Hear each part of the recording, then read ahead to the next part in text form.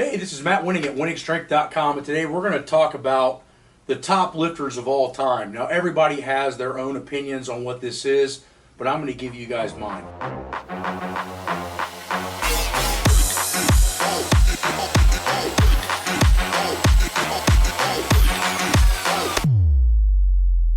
The first few things that we're going to have to analyze, in my opinion, is longevity. So the first thing you're going to have to be on this list is you're going to have to be very successful for a very long time. That's step one. The reason I find this so important is that means you're probably going to have to stay away from major injuries. You're probably training smarter, and you're not just a flash in the frying pan. You're actually really, really good for a long time, again, meaning that you probably train smarter. So that's what I consider the number one thing that has to put you on this list. The number two is obviously how strong you are, right? I mean, you have to hit big numbers. Big numbers are huge in powerlifting. It is powerlifting. But the thing of it is it's not the only thing. The first thing I think is longevity. You know, how many titles have you won? How many people have you beat? That's a big issue. But the second thing is definitely how strong you are. What are some of the biggest numbers you've ever hit? Number three, your impact on the sport. That doesn't necessarily mean popularity. It means, do you give back? Do you do seminars? Do you teach other people how to get better themselves? And is your coaching philosophy malleable? Meaning, does it fix other people's weaknesses, or is it just some system of sets and reps that someone put together and expects it to work for everybody, which we know that that's not the case. So those three things at Winning Strength are what puts you at the top of all time. So let's get to the list of what those are. I think it's really, really hard to number them 1, 2, 3, 4, or 5. I don't know how many we're going to get to today. We'll just go till I get bored with this topic. But the first one you're going to have to put in that area is going to be Larry Pacifico. Now, Larry Pacifico, for those of you that don't know, was a dominant force in powerlifting throughout the entire 70s. He won, I want to say, 9 or 10 world championships back when there only was one world championship, back to back to back to back. He was unbeaten.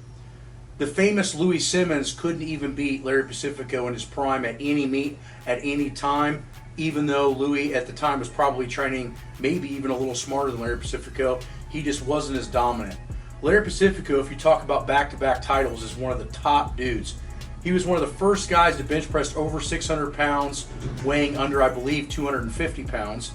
He was one of the first guys to have close to an 800 squat and an 800 deadlift, all in the same meet. And he showed up at every contest and beat whoever he needed to beat to win the meet, meaning that he was uncontested the entire time he was in his prime.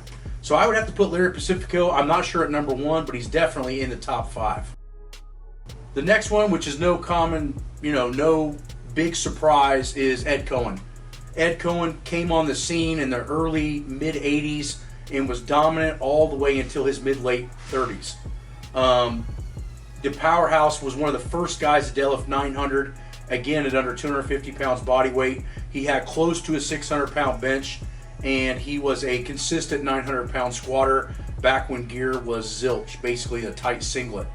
If you look at his balance of numbers, how many people he beat at both, now this is the other thing that was really impressive, is Ed Coan at one time, and other people that are big historians would be able to tell you better, but I believe he held world records at one time at 165, 181, 198, 220, and 242, 275. So think about that. At one time, he had close to, if not the all-time world records in 6 or 7 different weight classes. That alone puts him at one of the top. The next thing is that he held 70-plus world records. That alone is just totally insane. I don't know if it'll ever be matched again as far as the amount of numbers that he hit on that. The other thing that I like about Ed Coan is he's constantly doing seminars. He's constantly trying to give back to the community and teaching other people how to get better. So you have to put Ed Coan possibly at number 1, but he's definitely in the top 5. The third one, I'm going to throw another name out there that a lot of you may or may not know, and that's Don Reinhoudt. Don Reinhoudt had the super heavyweight IPF raw total record for, I want to say, 35 or 40 years. He hit a 2297 raw total in, I want to say, 1973 to 74, and it was uncontested until the 2012, 13, 14 range. So think about that. From 1970s to 2000, say 15, his all-time total record wasn't touched. I mean, that's just totally crazy. He was an immense powerhouse, benching well over 6, pulling into the high 8s, maybe even the low 9s, and his world record 915 squat with no sleeves, no wraps, and walked out was the all-time raw squat world record for so many years I don't even remember. The other thing that made him super impressive is that he won a World's Strongest Man. That also puts him at one of the top of all time as far as strength athletes, and because it was at a time where things weren't as televised or documented, his name's kind of slipped through the cracks of history. But you got to put Don Reinhoudt, just for the length of time his records were on the top for so long. You got to put him in at least in the top 5. The next one was the first guy to bench 600 pounds, and that was Pat Casey. Pat Casey was not only a great bench presser, he was a great all-around powerlifter in the 60s. But again, because it was still an underground sport, kind of still is today, but back then he wasn't as known to the new school guys as he should be. Pat Casey raised the bar for the stronger, bigger guys in the 60s. And him hitting that illustrious 600-pound bench was a milestone for many people. But Pat Casey was well known in the early 60s in a lot of magazines for being one of the strongest guys. Okay, now we're going to go into the new school, which a lot of people are going to have a lot of debates on this. But you got to give some props to Yuri Belkin, the Russian. Yuri Belkin's been around for a while, I would say more than a decade, and has hit some monster numbers. And I'm going to have to look on a phone to actually see what they are, because obviously it's not my weight class, so I'm not sure. But let's think about this. If we go back to, his list is very, very long. He's got more first place finishes in the IPF, GPA, IPL, Russian powerlifting, USPA, Pro Raw. He's been around a long time.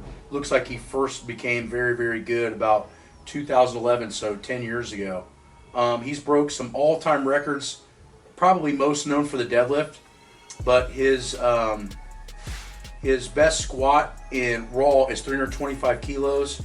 His best bench is 240 kilos, and his best deadlift Raw is 445 kilos.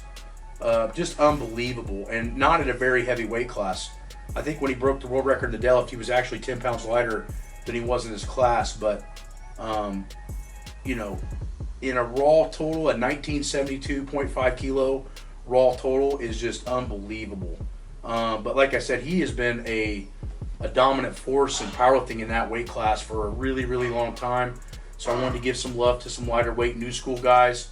But reason I bring up and I put the top 5 in my old list, or my list is older compared to the new guys, is because they had to be trendsetters. I mean, a lot of these guys, powerlifting wasn't popular in the 60s, 70s, and 80s. It was one of those sports that everybody did for lack of love.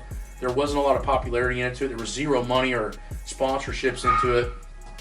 The point being is that I'm a huge fan of the trendsetters, and also the guys that I looked up to coming up through. And my coaches told me about how good they were. Now, I didn't name all of the people that I think should be on this list because the video would just be too long. But you'd have to put Bill Kazmaier up in there somewhere. You'd have to put Steve Goggins somewhere into play. He was the first guy to squat 1,100 pounds in gear, but he had close to 900-pound deadlifts for, I don't want to say 15 years. Gary Frank could be one of those guys that's up there based on the fact that he took totals to a whole new level. Andy Bolton is another guy that could be on there. He pulled over 900 pounds of competition close to 50 times in contests. So imagine doing 50 different meets and you can pull over 900 pounds, 50 different meets. I mean, that's just unbelievable. Let's list below who you think might be the best.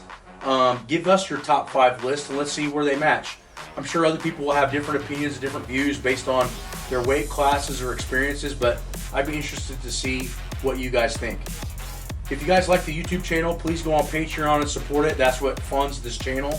Also, if you guys need help with some online coaching, go check out our online coaching on the website, and at the very least, go and take a look at our manuals. We have a lot of different ones for different applications. Thanks for watching.